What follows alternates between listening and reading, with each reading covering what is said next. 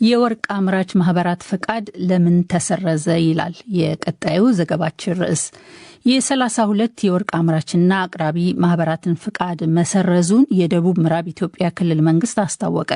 የክልሉ ማዕድንና ኤነርጂ ልማት ኤጀንሲ የስራ ኃላፊዎች ለዶይቼ ቬለ እንደተናገሩት የአምራች ማህበራቱና አቅራቢዎቹ ፈቃድ የተሰረዘው በእቅዳቸው መሰረት ምርቱን ለማዕከላዊ ገበያ ባለማቅረባቸውና በጥቁር ገበያ ንግድ በመጠርጠራቸው ነው።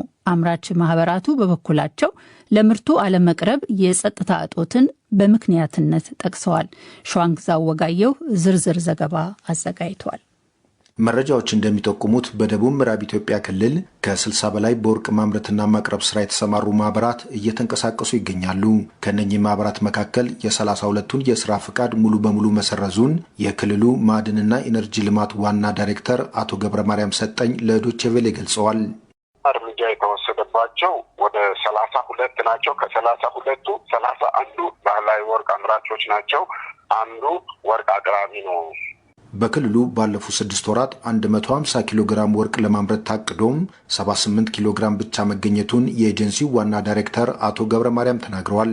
የአፈጻጸሙ ዝቅተኛ መሆን ማህበራቱ ምርታቸውን ለማዕከላዊ ገበያ ከማቅረብ ይልቅ ወደ ጥቁር ገበያ እንደሚያስገቡ ማሳያ ነው ያሉት ዋና ዳይሬክተሩ ኤጀንሲው ለወሰደው የፍቃድ መሰረዝ እርምጃ ይህ ዋና ምክንያት መሆኑን ጠቅሰዋል።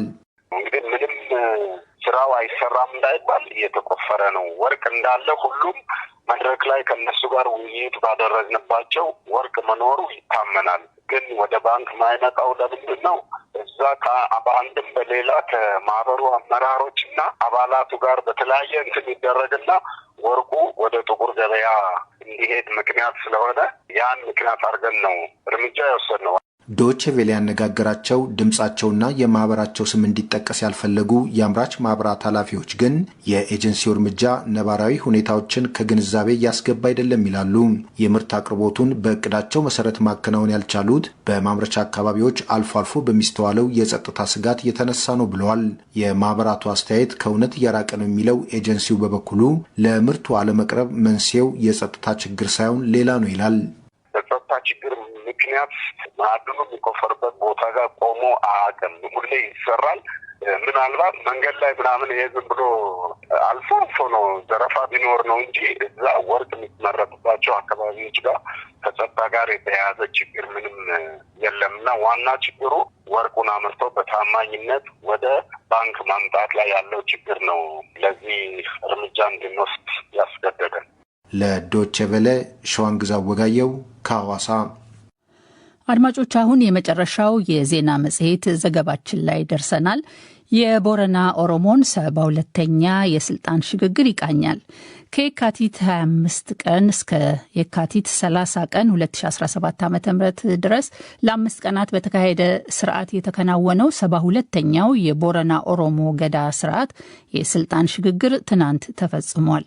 በምስራቅ ቦረና ዞን አረሮ ወረዳ አርዳጅላ በዳሳ በተካሄደው ስነ ስርዓት ነባሩ አባገዳ ኩራ ጃርሶ ለተተኪው የቦረና አባገዳ ጎዩ ቦሩ በባህላዊ የጎሳ መሪነት ስልጣን አስተላልፈዋል። ስዩም ጌቱ ተጨማሪ ዘገባ አለው። በየ8 ዓመት ለሚካሄደው የገዳ ስርዓት ስልጣን ርክክብ ላለፉት 8 ዓመታት በስልጣን ላይ የነበሩ የቦረና አባገዳ ኩራ ጃርሶ ኩራ ለአዲሱ ተተኪ ጉዮ ቦሩ ጉዮ ትናንት የካቲት 30 ቀን 2017 ዓ.ም ስልጣን ያስረከቡት በስርዓቱ ውስጥ ሚና ያላቸው የጎሳ መሪዎችና በርካታ እንግዶች ከተለያዩ የአገሪቱ አቅጣጫዎች በተገኙበት ነው። ከባለፈው ሳምንት ማክሰኞ የካቲት 25 ቀን ጀምሮ እስከ ትናንት እሁድ የካቲት 30 ቀን 2017 ዓ.ም በተለያዩ ባህላዊ ስርዓት ሲከወን የነበረው የቦረና ባሊ ወይም ስልጣን የማስተላለፍ ስርዓት በትናንትና ዕለት የተጠናቀቀውም በደማቅ ባህላዊ ስርዓት ነው። ምስራቅ ቦረና ዞን አሪሮ ወረዳ ውስጥ በሚገኘው አርዳ ጅላ በዳሳ በሚባል ስርዓቱ የመፈጸሚያ ስፍራ ለቀናት ሲከናወንም ቆይቶ በትናንትናው ዕለት የገዳ ስርዓት ስልጣን በመረካከብ ሲጠናቀቅ የቀድሞው አባገዳ ኩራ ጃርሶ በእርሳቸው የስልጣን ዘመን ስለተከናወኑና የሚቀሩ ስላሏቸው ይህን ብለዋል። ሰላም ማግኘት ሰላምን ይሻል፣ ስኬትም እንዲሁ ያለ ሰላም አይሆንም።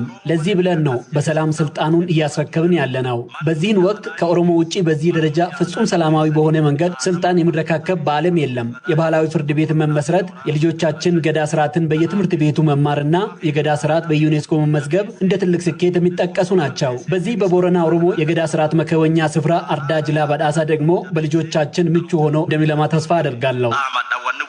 ስልጣኑን ከበፊቱ አባ ገዳ ተረክበው ለሚቀጥሉ 8 ዓመታት ቦረናን በገዳ ባህላዊ ስርዓት ለማስተዳደር 72ኛው የቦረና አባ ገዳ ሆኖ ኃላፊነት የተረከቡት አባ ገዳ ጉዮ ቦሩ ጉዮ በበኩላቸው ባህልና አንድነት እንዲጠናከር መስራት ዋናው ትኩረታቸው መሆኑን ገልጸዋልም።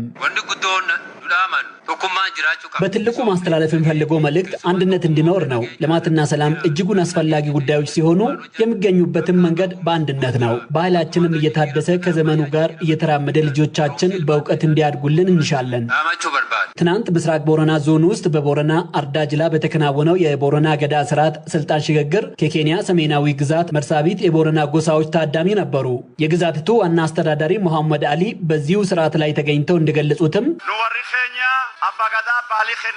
እኛ ከኬንያ የመጣነው አባ ገዳ ቦረና ስልጣን ያስተላልፋሉ፣ አዲሱ ስልጣኑን የሚረከቡትም ተመርቀው ስልጣናቸውን ይረከባሉ መባሉን ሰምተን ነው ይህን ደስታ ለመካፈል የመጣ ነው። ዓለም እያየችን ነው። ባህላችንም እየደመቀ ነው።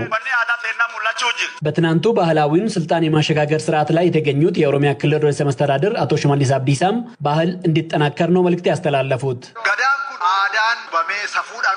ይህ የገዳ ስርዓት በባህል በወጉ ተደግፎ በደንብ ተይዞ ህዝባችን ከእርስ በርሳችንም ሆነ ከሌላው ህዝብ ከፍጡርም ሆነ ከፈጣሪም ጋር እንዴት መኖር እንዳለብን ስራ ተበጃጅቶ ነው እዚህ የደረሰው። አሁንም የትናንቱ ማንነታችን ላይ ከቆምን ብቻ ነው ነገያችንን መገንባት የሚቻለን። ለዚህም ነው የኦሮሚያ ክልል መንግስት ባህላችን ታድሶ መንገድ እንዲይዝ በትኩረት እየሰራበት የሚገኘው።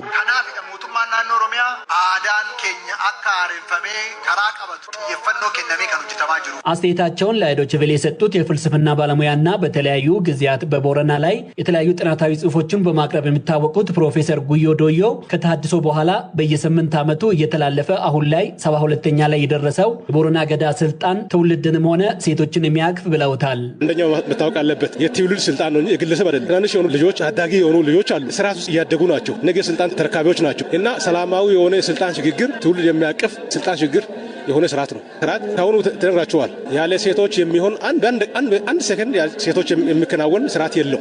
ለዶይቼ ቬለ ዘገባ ስዩም ጌቱ ነኝ ከአዲስ አበባ። አድማጮች፣ በዚሁ የስዩም ዘገባ እንግዲህ የዛሬው የዜና መጽሔት ዝግጅታችን ያበቃል።